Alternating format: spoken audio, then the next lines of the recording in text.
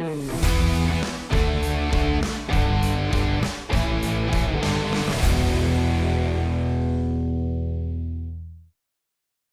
everyone, and welcome back to this week's edition of Clips of the Week, brought to you by the Portland Football Officials Association.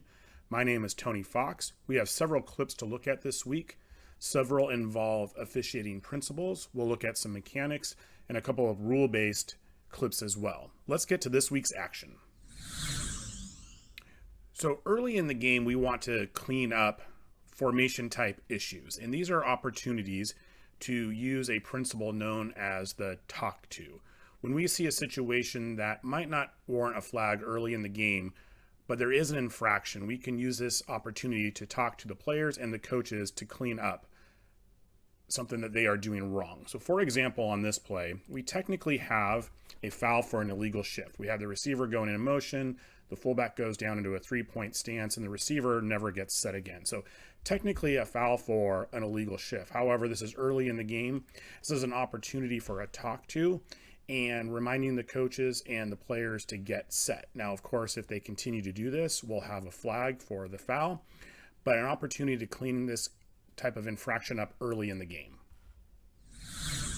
On this clip, we want to pay attention to a couple of different things. First, pre-snap communication between the wings. We have the head linesman punching back, indicating the receiver nearest them is off the line of scrimmage. We have the line judge acknowledging. That helps us understand the legality of the formation. We can clearly see here there are 4 offensive players in the offensive backfield, so we have a legal formation.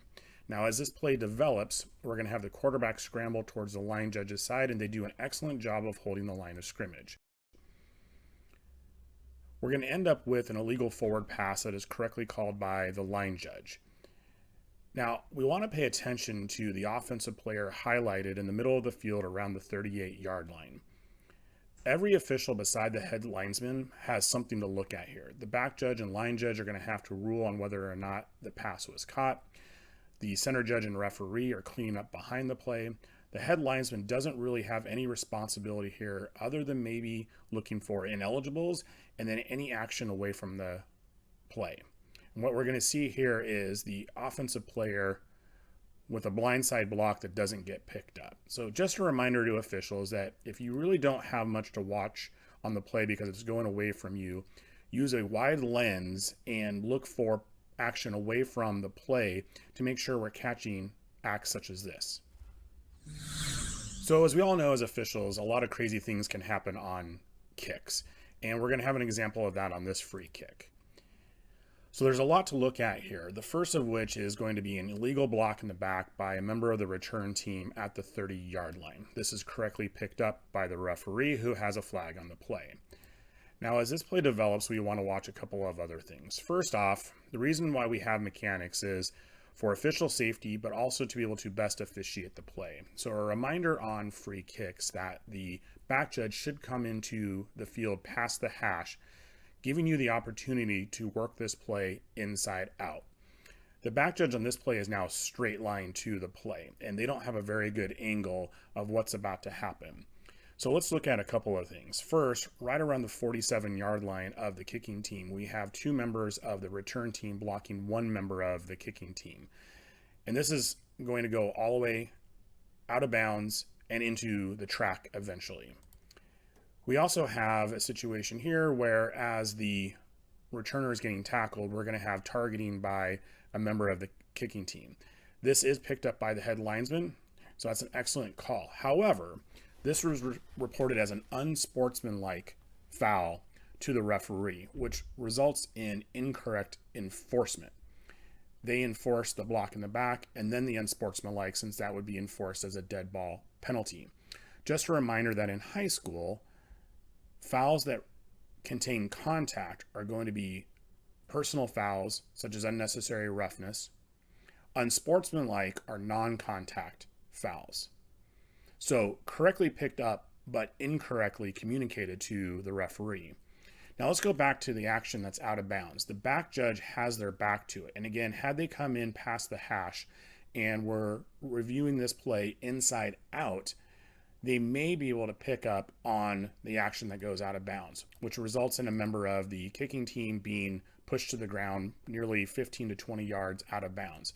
And of course, they're upset and they're going to retaliate. So this would have been very difficult to pick up, but just a reminder to understand your mechanics and stick to those. So as I mentioned, a lot of crazy things can happen on kicking plays, and an old adage in officiating is that a kick is a kick is a kick until it's no longer a kick. And we'll see that on this play here. We have a pooch kick by a member of the kicking team. The ball is grounded, so K can recover the ball, but they cannot advance. Just a reminder that a member of the kicking team cannot advance a kick unless it's first possessed by a member of the return team, and then they lose possession. So we see here that a member of the kicking team has possession at the 37. Now the line judge does an excellent job come down here to rule on possession, and they rule that it is the ball of the kicking team. However, they spot this at the 32. Now, this would have been a very difficult play to officiate, and there's excellent hustle by the line judge, but this ball should be brought back to the 37-yard line. So just a reminder that members of the kicking team cannot advance a kick unless it's first been possessed by a member of the return team, and then they lose possession.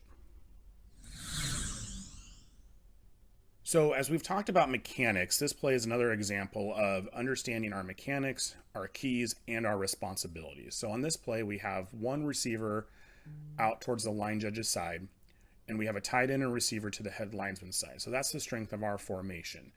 Now we do have a running back split somewhat wider of the tackle on the offense's left side, and that could be a potential receiver that comes out to the flat.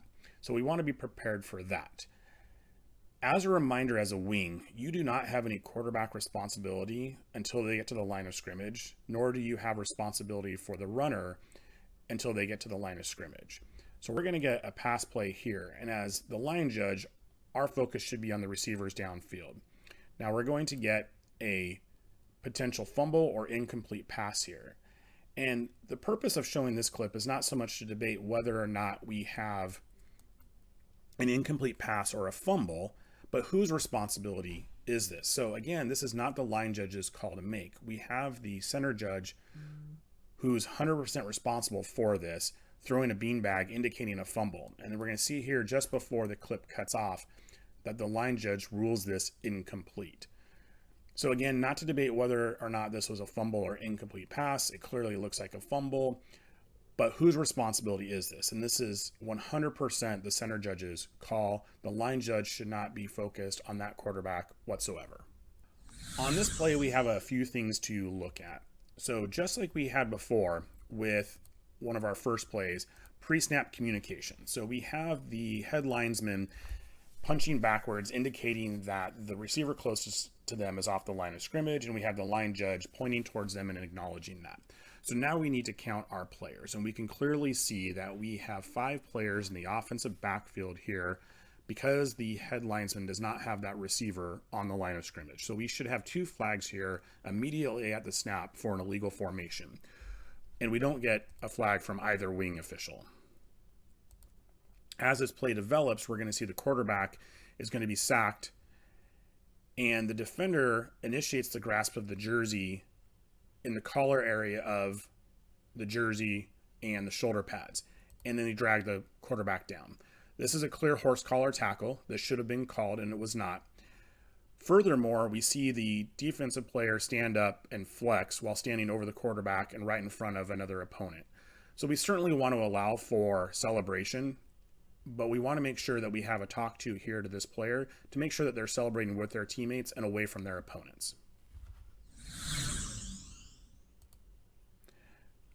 With this clip, we want to look at action by one of the offensive linemen and what they do against their opponent here. So as the quarterback begins to scramble, the offensive lineman is going to deliberately stick their foot out and trip a member of the defense. Just a reminder that kicking can be deemed an act of fighting, which could lead to an ejection. Now in this play, we support tripping. This was not called, but just a reminder to stay with the action. And if we see something like that, we should have a foul for tripping. With our next 2 clips, we want to look at when a foul becomes a foul, and then also the importance of crew communication on penalty enforcement. So on this play, as the offense gets set, we're going to see that they have a tight end to the offensive right side of their formation that's clearly covered up by the wide receiver. Now, if this is a pass and both receivers go downfield and we have a pass beyond the line of scrimmage, we're going to have a foul for an ineligible player downfield. So at this point, as they go downfield, we don't have a foul yet, and it's at this time when the ball is released that we actually have a foul, and that is when the line judge throws their flag. So let's go back to the start of this play, and again, we'll take note of the formation and the tight end being cover. Let's also look at where the ball is being snapped from. So first off, it's from position 3 in the middle of the field, and we're on the defense's 49-yard line, or what we would call the B49. So when we have the foul for an ineligible player downfield, the penalty is 5 yards from the previous spot. And as we mentioned in last week's episode, previous spot means previous spot. So we should see the next snap from the offense's 46-yard line in the middle of the field. And as we can see here, this penalty was enforced 10 yards and brought to position 1. So a reminder that while the referee and the center judge or umpire are primary for enforcement, every member of the crew should know what the penalty is and help enforce this correctly. So in our last 2 clips, we want to look at something that we've looked at over the last couple of years, and that is where to spot the ball when a runner gives themselves up and begins to slide. So we're going to see here on this play that the line to gain is a big line. It's the 35-yard line.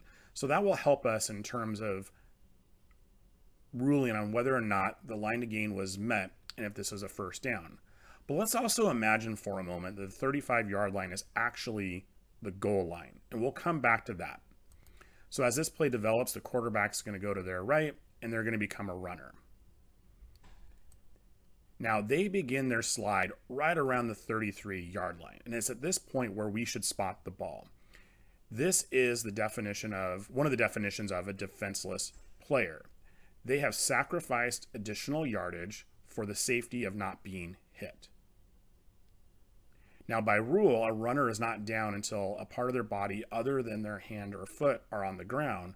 However, when a player has given themselves up, again, they are sacrificing yardage for not being hit. And it's at this point that we want to spot the ball. So as we see this play continue, we're going to see the line judge come out and spot this around the 37 and giving this player the first down. Now let's go back to the imaginary end zone. And if the 35-yard line were the goal line and this quarterback began to slide like this, would we really give them a touchdown? The answer, of course, is no. So we're going to treat the middle of the field just like we would the end zone. And where this player begins to slide is where we need to spot the ball. Let's compare that previous clip with this one. Now we have a very similar play. The quarterback's going to drop back to pass, and they're going to quickly become a runner. They're going to begin their slide right around the 45-yard line. And it's at this point that we want to spot the ball. Now, we have to judge whether or not the defender had enough time to hold up and not deliver a forcible blow. On this play, they have plenty of time, and they do deliver a forcible blow to the quarterback's chest with a shoulder. We don't get a flag here, but we should have a flag here for unnecessary roughness. We also should be spotting this ball at the 45. It looks like our wings here are spotting it around the 44. So bring back the ball to the 45-yard line where the runner began their slide, but we should also have a personal foul, unnecessary roughness call here on a hit against a defenseless player. Well, that's it for this week's Clips of the Week. We appreciate all the support that we're getting from throughout the state by officials and coaches alike. We thank you for sending in clips for review. We are compiling quite a list of clips that we could potentially use in future episodes. If you have a clip that you'd like to share, please send it to the email address on the screen. If you have any questions about the rules or mechanics that have been vetted through our state rules interpreter, please direct those questions to Kevin Hatfield at the email address on your screen. Good luck with your games this week, and we'll see you next week.